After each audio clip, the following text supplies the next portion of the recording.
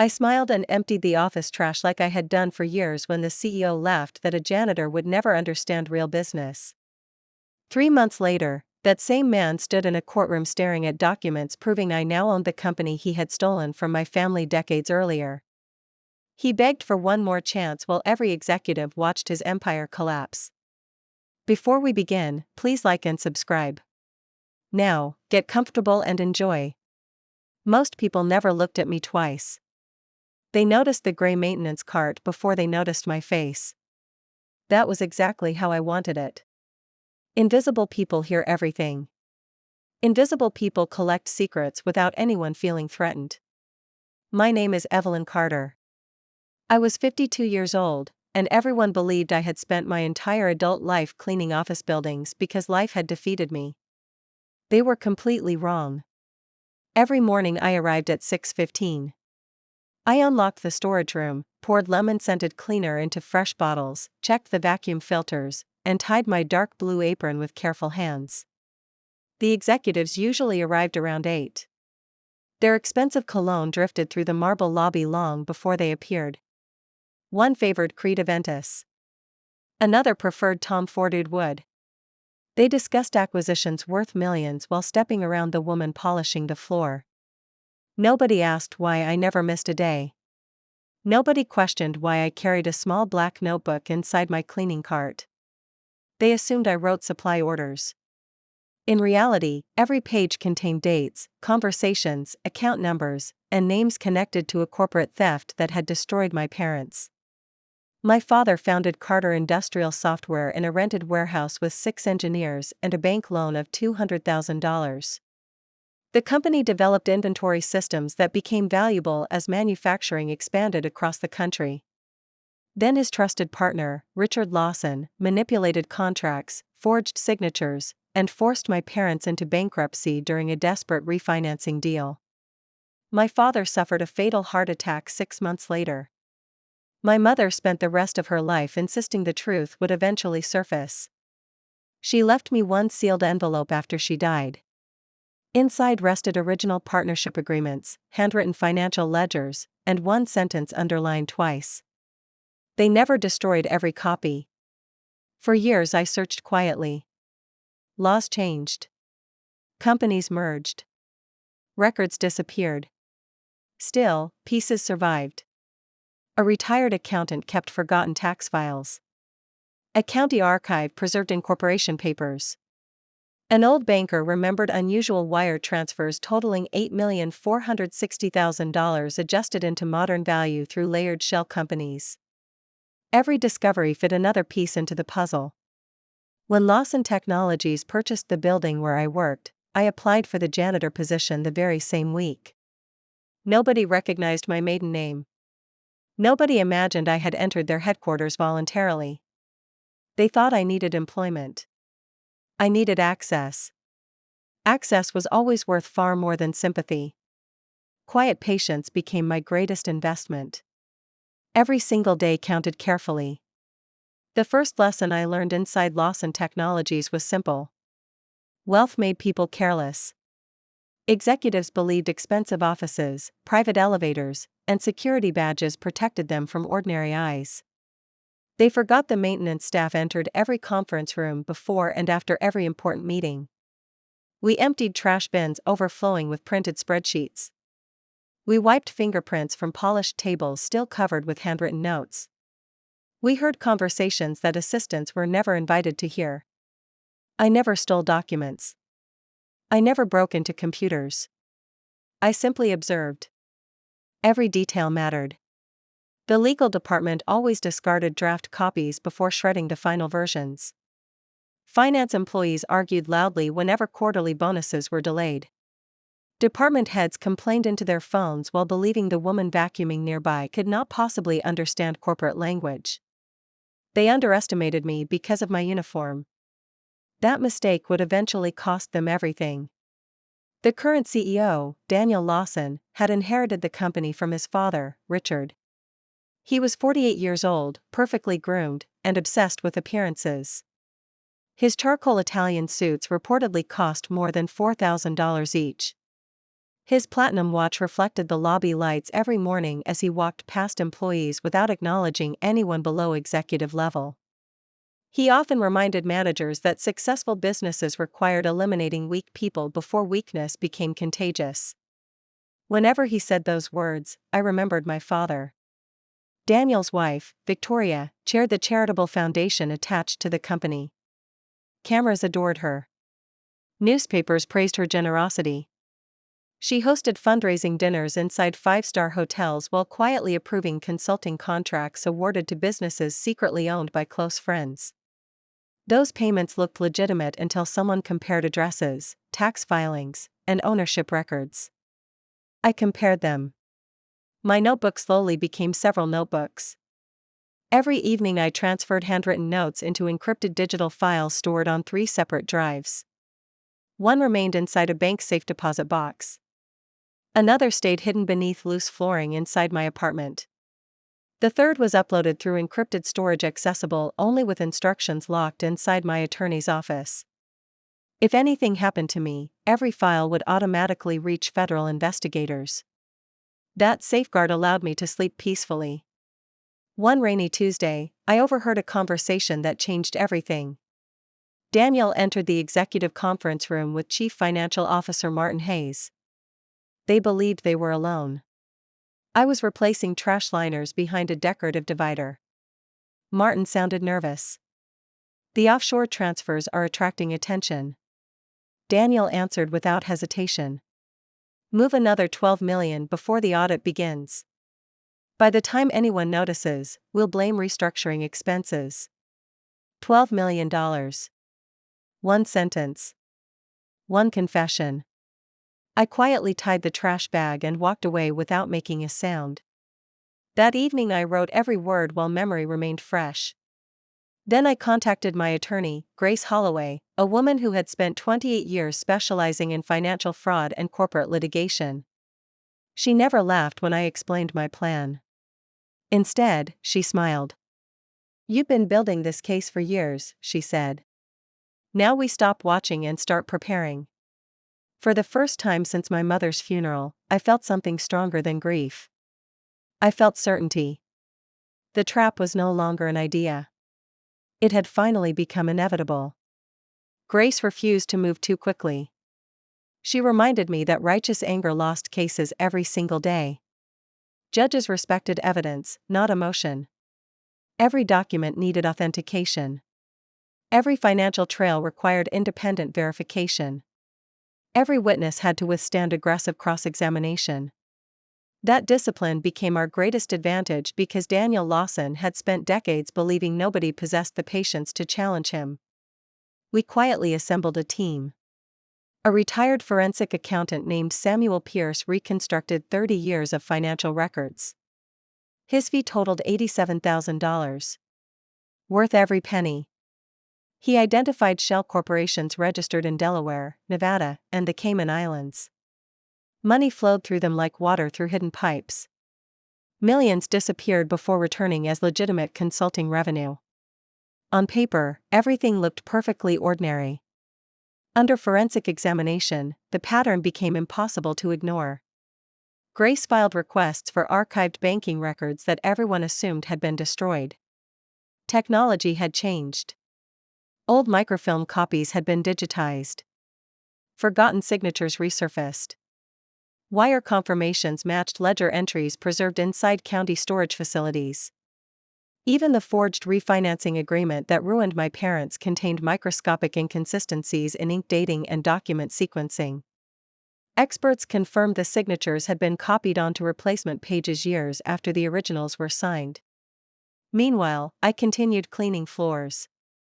Daniel still ignored me. Victoria still smiled for photographers. Martin still panicked whenever auditors requested additional information. Nobody realized the walls around them were closing. One Friday afternoon, an expensive fountain pen rolled beneath a conference table after an executive meeting. I reached down to retrieve it and noticed a printed acquisition proposal lying underneath several presentation folders. Most people would have handed everything back immediately without reading a single line. I glanced once. The company planned to acquire a struggling robotics manufacturer for $98 million. The purchase price was absurdly inflated. A handwritten note in the margin contained 3 words. Approved through Falcon. Samuel immediately recognized the reference. Falcon Holdings. Another shell company. Another hidden pipeline. Within 48 hours he proved Falcon secretly owned a substantial interest in the seller.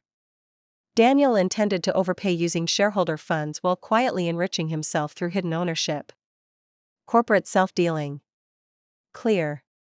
Deliberate. Illegal. Grace looked at the evidence spread across her conference table and slowly removed her glasses. "This isn't just your family's case anymore," she whispered. "This affects every shareholder." That changed our strategy completely. Instead of filing one private civil lawsuit, we prepared simultaneous complaints for federal regulators, state securities investigators, minority shareholders, and the company's own independent directors. Nobody would be able to bury every investigation. The notifications were carefully timed. Each package contained identical evidence. Each package arrived on the same Monday morning. Each package required immediate acknowledgement. At exactly 9:15, while I polished the marble outside Daniel's office, his assistant rushed past me with trembling hands. "The board needs everyone upstairs. Right now." Within minutes, executives hurried through the hallway carrying laptops, folders, and worried expressions. Nobody noticed me standing beside my cleaning cart. Nobody realized the quiet janitor already knew exactly why the emergency meeting had been called. I looked at the polished floor until I could see my own reflection. Then I smiled. For the first time in decades, the Lawson family had lost control of the story. And they had absolutely no idea how much worse the next 24 hours would become. By noon, the atmosphere inside headquarters had completely changed. Security officers who normally greeted executives with relaxed smiles now checked identification twice. Outside attorneys arrived carrying heavy document cases.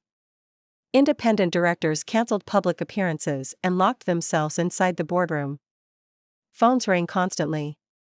Nobody laughed. Nobody discussed weekend plans. Fear had replaced confidence with astonishing speed. Daniel emerged shortly after 1 o'clock. His tie was crooked. His face had lost its usual color. He barked orders at everyone within hearing distance. Nobody speaks to reporters. Nobody deletes files. Nobody leaves the building without authorization. That final instruction amused me. The man who had spent decades controlling everyone else suddenly sounded terrified of losing control himself. At 3 that afternoon, Grace called. The regulators opened formal investigations. The shareholder attorneys have joined. The board just hired independent forensic auditors. Everything was unfolding exactly as planned. But the most important move still remained. Hidden inside my mother's envelope had been one final document I had deliberately kept secret from everyone except Grace. It was an original stock transfer agreement signed before the fraudulent refinancing. According to the authentic ownership records, my father's controlling shares had never been legally surrendered. The forged documents that followed created the illusion of transfer, but the original agreement remained valid because the required closing conditions had never occurred. Samuel spent weeks confirming every legal requirement. 3 separate corporate law experts reached the same conclusion. If the fraud were invalidated, the ownership chain changed completely. The implications were staggering. Grace filed the action before sunrise the next morning. By lunchtime, a judge granted an emergency order freezing several disputed assets until ownership could be determined. Banks immediately restricted major transfers. The acquisition collapsed. Creditors demanded explanations. Institutional investors began selling millions of dollars in stock. The company value dropped dramatically before the closing bell. Daniel called an emergency press conference. He claimed everything was a misunderstanding. He insisted political enemies were targeting successful businesses. He promised complete transparency. Less than 2 hours later, Reporters obtained copies of internal emails showing executives discussing methods to conceal offshore accounts. His credibility disappeared overnight. That evening I finished cleaning the executive floor as usual. Daniel unexpectedly stepped into the hallway. For the first time in 6 years, he looked directly at me. "Have we met before?" he asked. I smiled politely. "Only every weekday morning." He frowned, studying my face longer than usual. Something inside his memory was beginning to awaken. Not enough. Not yet. The following Monday, the board suspended him without pay pending investigation. Martin Hayes agreed to cooperate with prosecutors in exchange for reduced charges. Victoria quietly resigned from the charitable foundation after journalists connected her consulting contracts to family-controlled businesses. Every television network covered the scandal. Shareholders demanded accountability. Employees demanded honesty. Former business partners suddenly remembered uncomfortable conversations they had ignored for years. The silence protecting the Lawson empire shattered all at once. Grace called again just before sunset. The court scheduled the preliminary ownership hearing. I closed my locker slowly. When?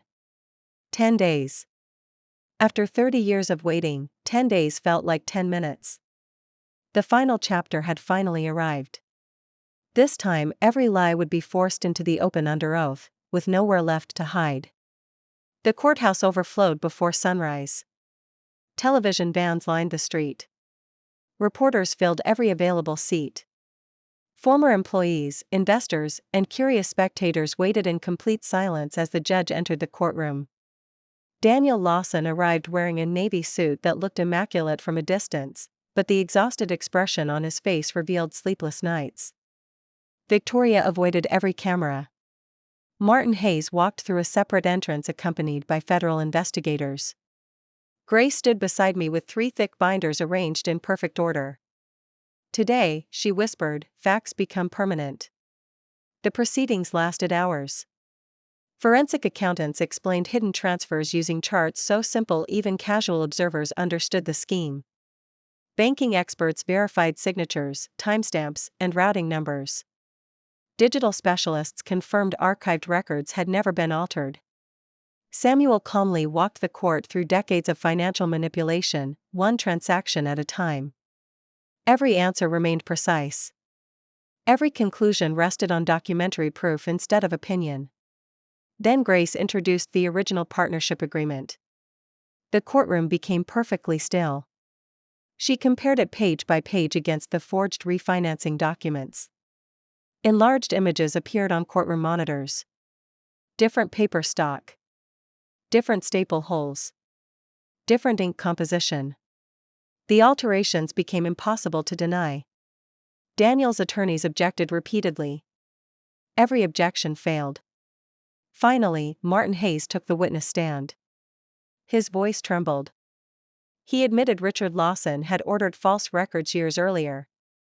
He admitted Daniel knew about the fraudulent ownership history before accepting control of the company. He admitted millions had been diverted through shell corporations while shareholders received false financial statements. Each confession landed like another brick collapsing from a crumbling wall. When Grace finished, she turned toward me.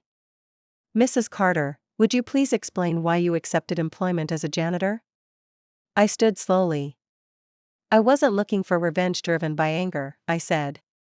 "I was looking for the truth. Anger fades. Evidence lasts." I explained how I spent years collecting publicly available records, preserving conversations, documenting inconsistencies, and protecting every discovery through lawful methods. Nobody interrupted. Nobody laughed. The judge reviewed the evidence for nearly an hour before returning with a ruling. The fraudulent ownership transfers were declared legally invalid pending final judgment. Control of the disputed shares reverted to the rightful ownership chain. Emergency corporate restructuring would begin immediately under court supervision. Daniel Lawson was permanently removed from executive authority. His personal assets connected to the fraud remained frozen. The courtroom erupted. Reporters rushed toward the exits to break the news first. Daniel stared at me without speaking. His empire had disappeared in a single afternoon. As deputies escorted him away, he quietly asked one question. "Who are you?" I met his eyes without raising my voice. "I'm the daughter your family believed nobody would remember." His shoulders dropped. For the first time in his life, there was no confidence left to protect. Only silence remained. The silence he had forced upon my parents had finally become his own. 6 months later, the final judgments became official. Criminal convictions followed. Daniel Lawson received a lengthy prison sentence for fraud, conspiracy, and securities violations. Martin Hayes honored his cooperation agreement but permanently lost his professional license. Victoria's foundation dissolved after every improper contract was recovered through court orders. Several executives paid enormous civil penalties, while shareholders received substantial compensation from reclaimed assets. The company survived because honest employees deserved better than the people who had exploited their loyalty. The board asked whether I wanted to become chief executive officer. I declined. Running the business had never been my dream. Restoring its integrity had been. Instead, I accepted a position as chairwoman of the newly restructured board, hired experienced executives with spotless reputations, and established independent oversight that prevented any single person from controlling finances without multiple levels of approval. Every major contract became transparent. Every audit report became public. Every employee, from receptionists to senior managers, received ethics training and anonymous reporting protections. The first renovation I approved surprised everyone. I restored the old company name, Carter Industrial Software.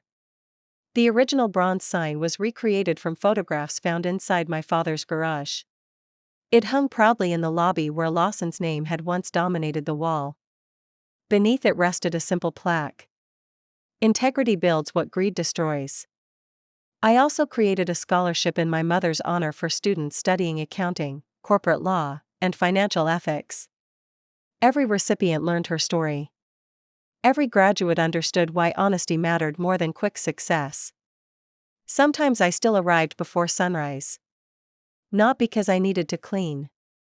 Because I enjoyed walking through the quiet hallways where everything had begun.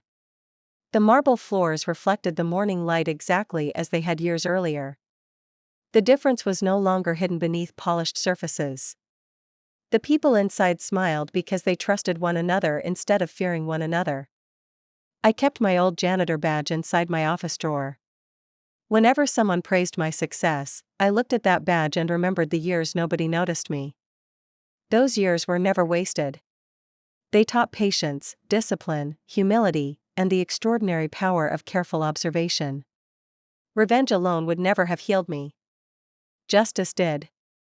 The money returned. The company returned. My family's good name returned. But the greatest victory arrived quietly on an ordinary afternoon when I visited my parents' graves and placed fresh white lilies beside their headstones. I kept my promise, I whispered. For the first time in decades, the weight I had carried disappeared.